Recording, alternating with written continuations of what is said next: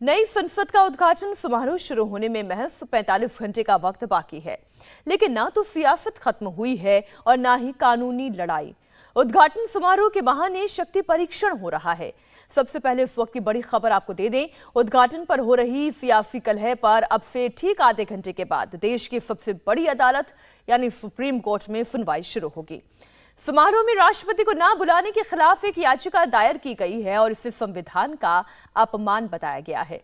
अब supreme court को यह तय करना है कि उद्घाटन प्रधानमंत्री से कराना सही है या गलत। विपक्ष के 21 दलों ने उद्घाटन समारोह का बॉयकॉट करने का ऐलान कर दिया है, लेकिन 25 दल नई संसद का उद्घाटन प्रधानमंत्री से कराने के समर्थन में हैं। इनमें 7 गैर एनडीए दल भी शामिल हैं। उद्घाटन समारोह के बॉयकॉट के जरिए विपक्ष 2024 के मोदी विरोधी मोर्चे की जमीन तैयार कर रहा है, लेकिन 7 गैर एनडीए दलों ने सरकार के समर्थन में खड़ा होकर विपक्ष की एकता की पोल खोल दी है। प्रधानमंत्री से उद्घाटन के विरोध की शुरुआत कांग्रेस ने की थी और धीरे धीरे इसमें 20 और दल जुड़ गए। जवाब में बीजेपी ने भी मोर्चाबंदी शुरू कर दी। 25 पार्टी सरकार के समर्थन में खड़ी हो गई। एनडीए में शामिल 18 दल उद्घाटन समारोह में तो शामिल होंगे ही। इनमें से कई दल ऐसे हैं जिनके साथ बीजेपी राज्यों में गठबंधन की सरकार चला रही है। शिवसेना का शिंदे गुट, एआईएडीएमके, जननायक पार्टी, अपना दल, असम गण परिषद जैसे एनडीए के सभी घटक दल इस प्रोग्राम में भागीदार होंगे। इनमें नॉर्थ ईस्ट के भी कई दल शामिल हैं। जो पार्टियां एनडीए में नहीं हैं, उन्होंने भी समर्थन का ऐलान किया है। इनमें हैं Lok Janshakti party Ramvilas, BJD, BSP, TDP, YSR Congress, Akali Dal और जेडीएस। कई विपक्षी दलों का सपोर्ट मिलने के बाद बीजेपी ने कांग्रेस पर ओछी राजनीति करने का आरोप लगाया है।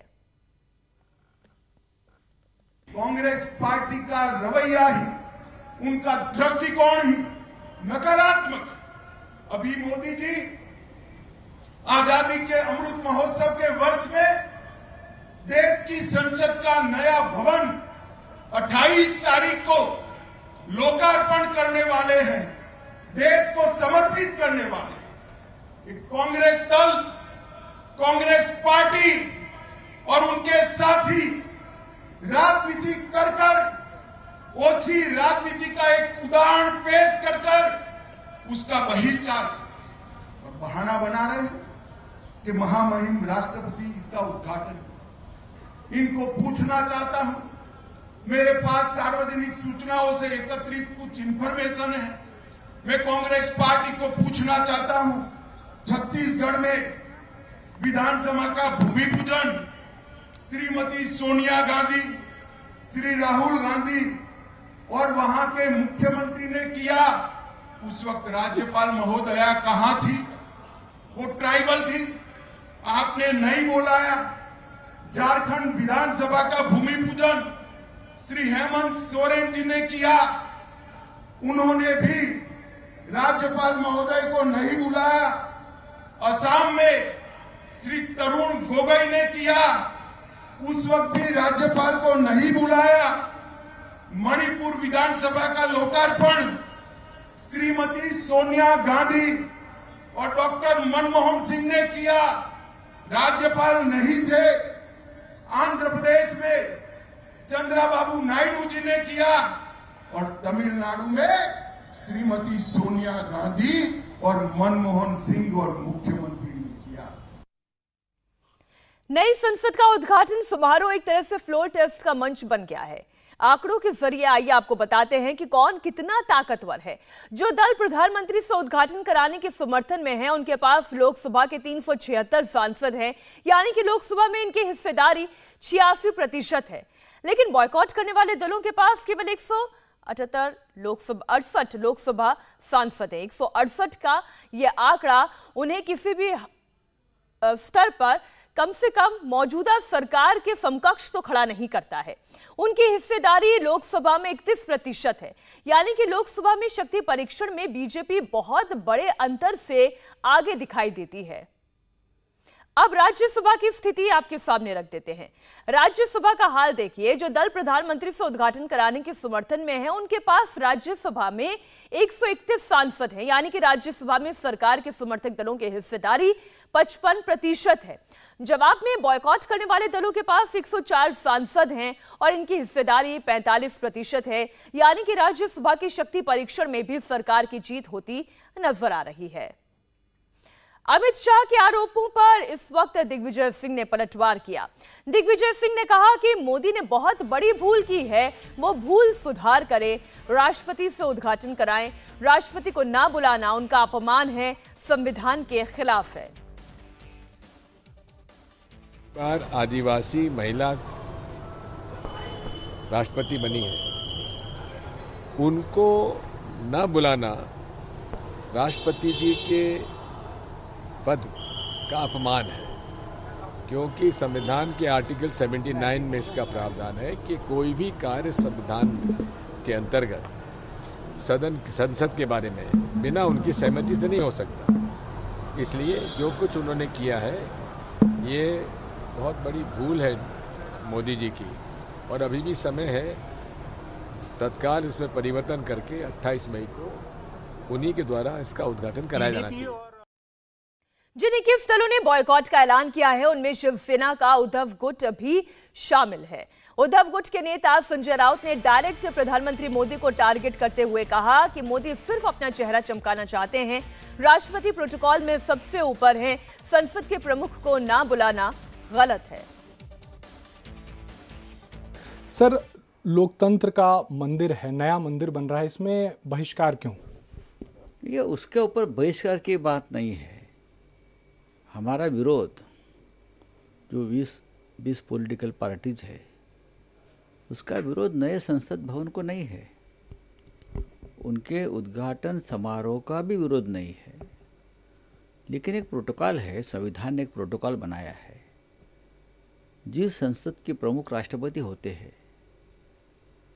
अब उनको ही निमंत्रण नहीं दिया है। निमंत्रण पत्रिका जो है, इन्विटेशन कार्ड देखिए आप, ओनली मोदी एंड मोदी, प्रधानमंत्री। ठीक है, उपराष्ट्रपति का एक प्रोटोकॉल होता है, राष्ट्रपति का सबसे ऊपर प्रोटोकॉल है। खास करके आप जिसे लोकतंत्र का मंदिर कहते हो, मंदिर के प्रमुख तो राष्ट्रपति है और आपने उनको नहीं बुलाया। जो भारतीय जनता पार्टी के नेता हैं, खास करके महाराष्ट्र के नेता हैं देवेंद्र फडणवीस, और भी भारतीय जनता पार्टी के नेता हो, वैसे 1 दर्जन उदाहरण दे रहे हैं कि जहां पर सोनिया गांधी या फिर राहुल गांधी ने जाके विधानसभा भवन का इनॉग्रेशन किया। बात है संसद भवन के उद्घाटन की। अब वो बोल रहे होगा एक्सटेंशन बिल्डिंग का उद्घाटन किया इंदिरा जी ने। एक्सटेंशन बिल्डिंग अलग है और संसद भवन अलग है। विधानसभा कई ऐसे विधानसभा के भवन हैं, छत्तीसगढ़ का भी फोटो भी ट्वीट किया। भवन और विधान भवन में फर्क है। फिर मैं यही कहता हूँ, विधान भवन का उद्घाटन राज्यपाल नहीं करेंगे, देश के प्रधानमंत्री करेंगे। अगर कोई चाहे तो राष्ट्रपति को बुला सकते हैं, लेकिन राष्ट्रपति जो है ये देश के संसद के सर्वोच्च प्रमुख है। बात उनके ऊपर करिए, इधर उधर की बात मत करिए। सिंगल के जरिए सत्ता ट्रांसफर करने पर भी कांग्रेस का बयान आया है। सिंगल के जरिए सत्ता हस्तांतरित नहीं हुई। कांग्रेस ने कहा कि बीजेपी गलत खबर फैला रही है। जयराम रमेश का बयान आया, उन्होंने कहा कि सिंगल पर बीजेपी का दावा गलत है।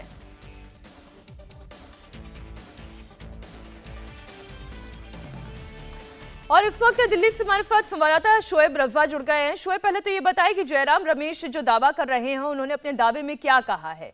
सिंगल के जरिए क्या सत्ता हस्तांतरित हुई थी या नहीं हुई थी? कांग्रेस का दावा क्या है?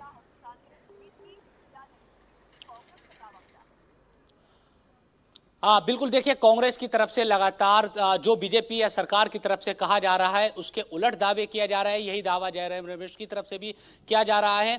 हालांकि सरकार की तरफ से लगातार ये बातें कही जा रही है। हमने 2 दिन पहले जब प्रेस कॉन्फ्रेंस हुई गृह मंत्री अमित शाह की, उसमें भी देखा कि सेंगोल को लेकर जो ऐतिहासिक तथ्य और तर्क रखे गए वो देश के सामने रखे गए। उसका जो महत्व है, चाहे हम राजधर्म की बात करते हैं या फिर राजदंड की बात करते हैं या धर्मदंड की बात करते हैं, तमाम दोनों ही तरीके से, चाहे वैदिक परंपरा की बात करें, उन तमाम चीजों को देखें तो सेंगोल के महत्व को लगातार सरकार की तरफ से बताया जा रहा है। और इसीलिए जो लोकसभा अध्यक्ष है उनके आसन के करीब स्थापित किया जाएगा। लेकिन जिस तरह से नई संसद को लेकर राजनीति मीनाक्षी हो रही है, कांग्रेस अपने तर्क दे रही है और महामहिम राष्ट्रपति एक तरीके से उनको बहाना बनाकर और उन तमाम चीजों को हम देख रहे हैं कि सरकार पर निशाना साधा जा रहा है। लेकिन संसद नई संसद बनकर तैयार है और हम तमाम दर्शकों को एक तस्वीर फिर से दिखा देते हैं, क्योंकि संसद के बाहर हम मौजूद हैं, चाहे पुरानी संसद हो नई संसद, कुछ फासले पर दोनों की तस्वीरें एक साथ इंडिया टीवी पर हम दिखाने की कोशिश करते हैं। और जिस तरह से जो राजनीतिक बात है, तो चाहे अपोजिशन की उन 19 और 20 पार्टियों की हम बात करते हैं जो लगातार ये कह रही है कि वो बहिष्कार कर रहे हैं इस पूरे नई संसद के इनॉग्रेशन के कार्यक्रम का, लेकिन मायावती की तरफ से कल जिस तरह से ट्वीट आए, उसके बाद जेडीएस की तरफ से जिस तरह की बातें कही गई, उससे यकीनन सरकार का जो मनोबल है इस सिलसिले में वो बढ़ा है। और सरकार अब ये कह रही है, कल से ही हम देख रहे हैं कि जो बीजेपी के नेता इस बात को कह रहे हैं कि जो देश से प्रेम करता है, जो राजनीतिक दल तमाम जो हम देखते हैं कि राजनीति होती है उन सब से इतर होकर जो राष्ट्रीय मुद्दों पर जो दुनिया को दिखाने की कोशिश करते हैं कि हम साथ हैं, वो हमारे साथ आ रहे हैं। और मायावती जी हो या जेडीएस की बात करते हैं तो वो हमारे साथ इसीलिए आए हैं क्योंकि उनको लगता है कि सिर्फ विरोध करने के लिए विरोध नहीं होना चाहिए, बल्कि संसद का ऐसा इशू है जो दुनिया में एक संदेश देगा कि आज़ादी के बाद भारत ने हमने देखा कि 90 साल तक पुरानी जो संसद है उसमें कार्रवाई चली, अब लेकिन भारत इतना मजबूत बना है हर तरह से, चाहे टेक्नोलॉजी की बात हो या दूसरे तमाम तरीके से। आज भारत नई संसद में उनके जो सांसद है वो बैठेंगे और परसों इसका जो इनॉग्रेशन है प्रधानमंत्री नरेंद्र मोदी के जरिए किया जाएगा। कल हमने बहुत सारे लोगों से सवाल पूछे थे, बीएसपी के सांसद मलूक नागर से भी ये सवाल पूछा था कि राष्ट्रपति को लेकर ये सवाल उठाया जा रहा है अपोजिशन की तरफ से, खासतौर पर कांग्रेस कह रही है कि राष्ट्रपति के जरिए उद्घाटन नहीं कराया जा रहा है, उनका अपमान है, दलित का आदिवासियों का अपमान है। तो उनकी तरफ से यही कहा गया कि ये बातें निराधार है, क्योंकि उन लोगों को ये कहने का हक नहीं अपोजिशन को। जब राष्ट्रपति चुनाव हो रहे थे उस वक्त हमने देखा था कि किस तरह की जो टिप्पणियां हैं महामहिम को लेकर उस वक्त की गई थी, तो अब इन लोगों को ये तमाम बातें कहने का अधिकार नहीं। कुल मिलाकर कहा जा सकता है कि 2 दिन और है, क्योंकि कल का दिन बीच में है और परसों नई संसद का उद्घाटन होगा, तो यकीनन इन तमाम चीजों के मद्देनजर राजनीति और गरमाएगी। लेकिन ऐसे दल जो सरकार के विरोधी है राजनीतिक तौर पर, फिर भी सरकार के साथ इस मुद्दे पर आए हैं, तो ये कहीं ना कहीं सरकार का समर्थन दिखाता है, चाहे जेडीएस हो या फिर बीएसपी की बात करते हैं। हालांकि दूसरे दल है जो चाहे जिसका जिक्र आप कर रही थी, शिवसेना उद्धव ठाकरे की बात करते हैं, या तमाम जो दूसरे कांग्रेस और आरजेडी जेडीयू तमाम जो दल है वो इस बात को कहते रहे हैं कि वो इसका बहिष्कार कर रहे हैं और जो बहाना है वो महामहिम को बनाया जा रहा है। तो राजनीति किस तरह से अब आगे 2 दिनों तक चलने वाली है इस पर तो नजर बनी रहेगी, लेकिन पूरे देश के लिए गौरव की बात और एक तरीके से गर्व का जो दिन होगा वो 28 मई होगा कि देश को नई ठीक है, आप बने रहिए हमारे साथ। और इस वक्त जो सिंगौल को लेकर चर्चा चल रही है, हम एक बार फिर से उसके ऊपर आपको लेकर आते हैं। शोएब, जयराम रमेश का मैं ये ट्वीट देख रही हूँ, Is it any surprise that the new parliament is being conscripted with a typically false narrative from WhatsApp University? और अपनी इन दावों को वो सत्य साबित करने के लिए 2 पिक्चर्स भी शेयर कर रहे हैं, जिसमें एक तो वो उस बुक का जिक्र कर रहे हैं, स्पीच एट इलाहाबाद 1947 की एक स्पीच है 14 दिसंबर की, जो उस वक्त अखबार में छपी थी और उसमें इसका जिक्र किया गया था, सिंगौल का जिक्र किया गया था। तो जयराम रमेश ये दावा तो कर रहे हैं, लेकिन उनके इस दावे को सपोर्ट करने के लिए क्या और विपक्षी दल भी उनके साथ खड़े होते हैं या नहीं, हम उस पर आपसे जानकारी लेंगे। लेकिन एक और बड़ी खबर आ रही है, सिंगौल पर बीजेपी का कांग्रेस पर पलटवार आया है।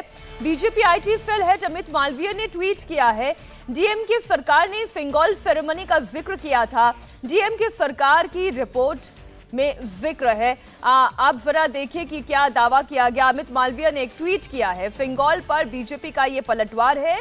अमित मालवीय ने ट्वीट किया है, डीएमके सरकार ने सिंगौल सेरेमनी का जिक्र किया था। आप जरा इस ट्वीट को देखें और गौर से देखें।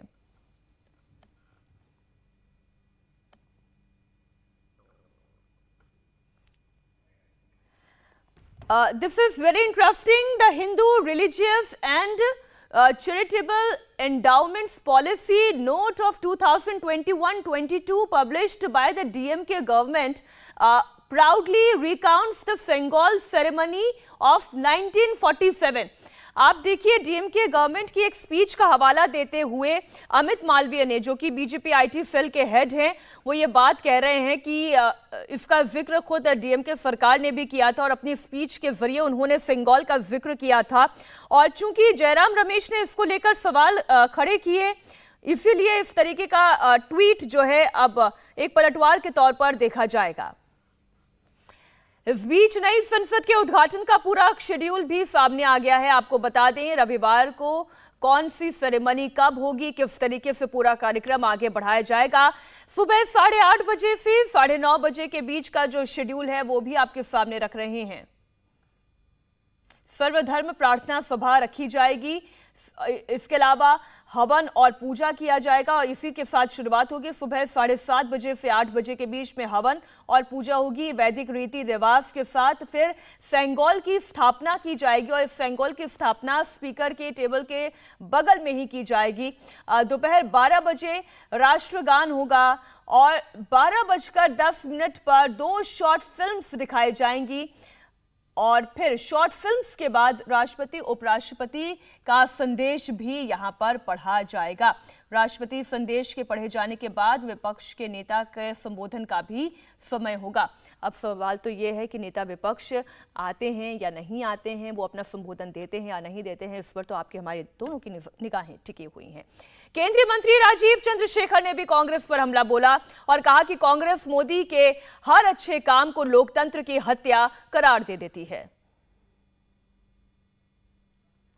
हमारे साथ केंद्रीय मंत्री राजीव चंद्रशेखर सर, एक तरफ देश को नई संसद समर्पित करने जा रहे हैं प्रधानमंत्री नरेंद्र मोदी, दूसरी तरफ हम देख रहे हैं किस तरह से विपक्षी दलों ने इसका बॉयकॉट की बात कही। उन्होंने कहा है कि वो इसमें हिस्सा तक नहीं लेंगे। नहीं, देखिए, मैं मानता हूं ये बहुत हमारे लिए गर्व का एक अवसर है। नए पार्लियामेंट जैसा एक अवसर है हमें सेलिब्रेट करने का, इस नए इंडिया का एक हमारे प्रोग्रेस और उन्नति का सेलिब्रेट करने का एक मौका मिलता है। लोग चाहते हैं कि इसे सेलिब्रेट करें, इसे अच्छा मनाएं। आप लोकतंत्र की बात कर रहे हैं, लेकिन उनका ये कहना है कि ये लोकतंत्र पे हमला है कि प्रधानमंत्री इसको इनॉग्रेट कर रहे हैं। देखिए, जब वो इलेक्शन जीतते हैं लोकतंत्र का खतरा कम हो जाता है, तो ये थोड़ा एक मेजर थोड़ी है कि जब वो ही इलेक्शन जीतेंगे लोकतंत्र का वो तो नाप तोल नहीं है ना। तो मैं मानता हूँ ये एक पिटी पॉलिटिक्स है। वो जानते हैं कि देश के लोग एक तरह से सेलिब्रेट करेंगे और जो हमारे 1947 में जो हुआ था, जो नेहरू जी ने एक तरह से सेरेमनी उन्होंने किया था, वही हम सेलिब्रेट करेंगे, वही सेरेमनी, वही ट्रेडिशंस हम 1947 के ट्रेडिशंस 28 मई को हमारे नए पार्लियामेंट में भी करेंगे।